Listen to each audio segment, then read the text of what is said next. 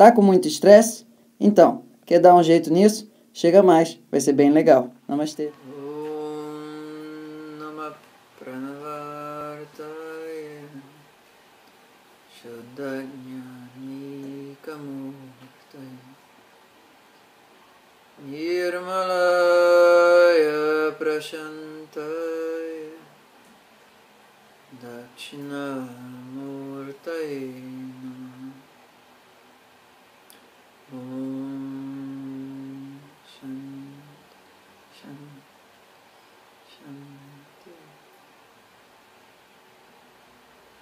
Muito bem. Namastê. Hoje a gente vai falar sobre 3 tipos de pureza. Hoje a gente está chegando à metade da nossa caminhada em termos da canção da liberdade.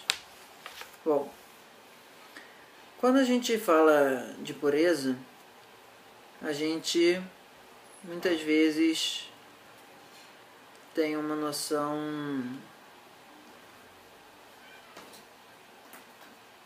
muito abstrata da coisa.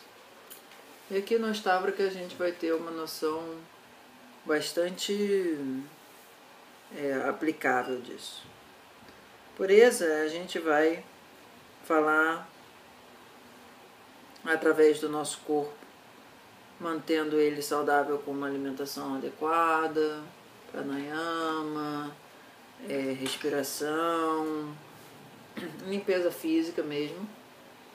O Ayurveda é a principal forma da gente cuidar dessa pureza no corpo, dessa qualidade no corpo. Pureza na fala, com uma capacidade de sempre considerar que aquilo que está sendo referido a uma manifestação do divino. Sempre que a gente expressar alguma coisa, a gente expressar isso na forma de que aquilo que está recebendo, o que a gente está falando, é uma parte do divino. Então tomar esse cuidado. Pureza nos sentimentos. Cultivar pessoas e lugares que favoreçam a gente estar com emoções mais tranquilas, harmoniosas, de contentamento dentro da gente. Quando você fica perto de uma pessoa que está reclamando muito o tempo todo, é difícil você manter o seu estado mental harmonioso. Não é impossível, mas é mais difícil do que quando você está com uma pessoa que sorri, uma pessoa que faz elogios verdadeiros, uma pessoa que de vez em quando canta uma música gostosa, etc. Certo? Então, na nossa vida, para a gente ser uma pessoa espiritualmente em processo de cada vez mais estar se encontrando com o divino enquanto divino, a gente deve cultivar algumas práticas básicas em relação ao nosso corpo físico, à nossa fala e aos nossos sentimentos. Isso se dá principalmente quando a gente encontra uma pessoa que pra gente serve como um guia, uma pessoa que a gente reconhece com uma boa segurança de que caminhar sobre a inspiração dessa pessoa, sobre a orientação, sobre os ensinamentos dessa pessoa, facilita a nossa vida. Pode ser Jesus, pode ser Maomé, pode ser um guru indiano, pode ser o que for, certo? Mas isso é algo que facilita o nosso caminhar, estar mais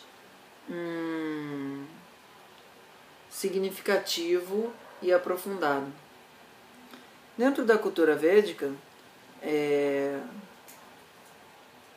a presença do guru, a necessidade do guru, do mestre espiritual, é estritamente fundamental para a sua vida poder não ficar zigue-zagueando de uma maneira como um bate-bate. Você, através do seu guru, você tem um holofote atrás de você, iluminando o seu caminho para que você possa ter clareza e segurança no que você está fazendo. E ele também ajuda você a entender as coisas da sua vida num sentido mais espiritual, num sentido menos imediatista, menos materialista, menos cru, certo? Uma história que tem dentro da cultura védica que é bastante conhecida é do momento onde o processo de formação do universo estava rolando. Vou dar uma brasileirada nisso, tá? Desse vai e vem do universo sendo formado, apareceu um princípio muito destrutivo. Tão destrutivo de que se uma gota desse veneno caísse na Terra, toda a Terra seria destruída. Uma bomba atômica. E aí a galera que estava nesse processo de formar o universo, eu estou dando uma sintetizada na história, ok? Eles falaram assim: Fedeu, se esse bagulho entornar aí, vai zoar geral, inclusive a gente.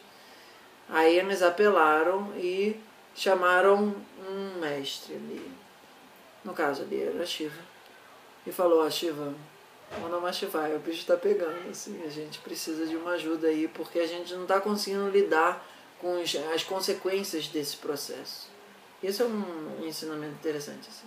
Você reconhecer que nem sempre você consegue dar conta dos resultados das coisas que você está fazendo. Aí você fala, help! Aí o Shiva chega e pega esse terrível atômico veneno e engole ele. E no momento em que ele engole ele para esse veneno na garganta e metaboliza esse veneno de uma forma que a garganta dele fica completamente azul. Isso simboliza a capacidade de estar além da discórdia, a capacidade de tomar muito cuidado com a fala, certo? Porque quando você fala as coisas de uma maneira muito destrutiva, muito pontiaguda, isso pode destruir o mundo. E quando você tem a sabedoria de metabolizar isso no devido tempo, aquilo novamente se torna o infinito, novamente se torna o divino, e é isso que representa o azul. Então o que essa historinha, em um certo sentido, traz de uma forma mais pragmática para a nossa vida, é que a gente sempre deveria tomar um pouco de cuidado, ou bastante cuidado, com aquilo que a gente fala e com aquilo que a gente recebe dos outros. Não permitir que as coisas que a gente fala venham com veneno do nosso coração. Você pode até criticar as outras pessoas, você pode falar palavras duras, você pode ser bruto com a tua palavra, mas fazendo isso a partir da garganta e não a partir do coração. O que isso significa? Você não fala aquilo porque você está com raiva, você não fala aquilo porque você está triste, você não fala aquilo porque você está emocionalmente agitado. Você fala aquilo porque você entende que aquelas palavras são importantes de serem ditas. Aquela colocação também é válida. E quando você recebe a palavra dos outros também, você não está tão suscetível para que elas firam diretamente seu coração. Elas fiquem nesse meio do caminho que é a nossa garganta. Então, a cada instante a gente está com 1 milhão de emoções, sentimentos e impressões na nossa mente se agitando. Não é uma coisa tão simples assim de fazer todas as emoções ficarem bem metabolizadas e você super centrado o tempo todo, com a consciência divina se manifestando a cada instante. Mas isso é uma coisa prática. A ideia da pureza das emoções não é que você deve fazer isso porque é bonito, ou porque é iluminado, ou porque a sua mãe disse que você devia fazer assim. É só por uma questão de escolha. O que você prefere? Você prefere ficar no meio do turbilhão, ou você prefere ficar nas bordas do turbilhão? Se tem um tornado e você não tem como fugir dele, qual é o único lugar seguro? Centro. No centro, certo? Então, assim, As emoções, elas provavelmente vão continuar se manifestando ao nosso redor, dentro da gente.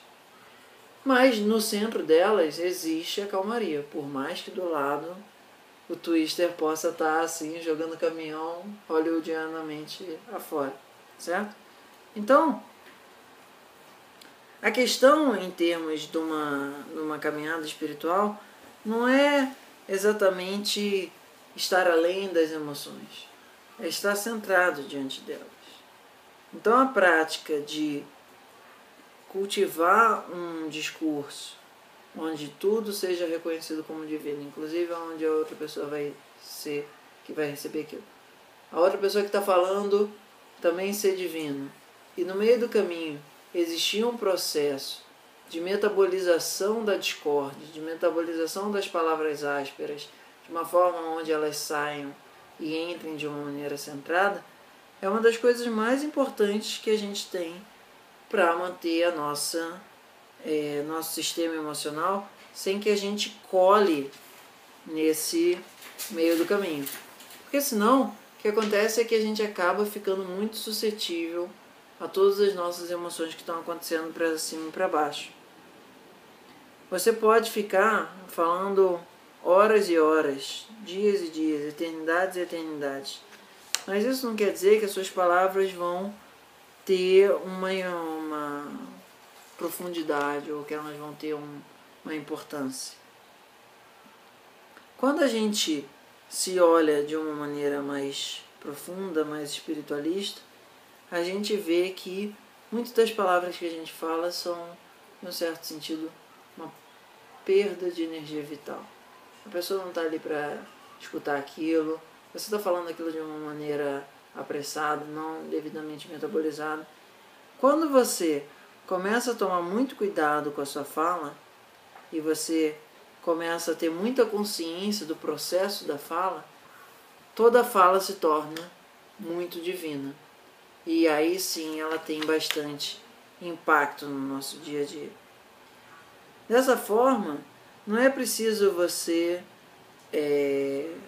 fazer grandes revoluções na tua vida, ir para um mosteiro, renunciar a tudo, ou qualquer coisa assim. Um bom passo é você começar olhando o que é esse universo todo.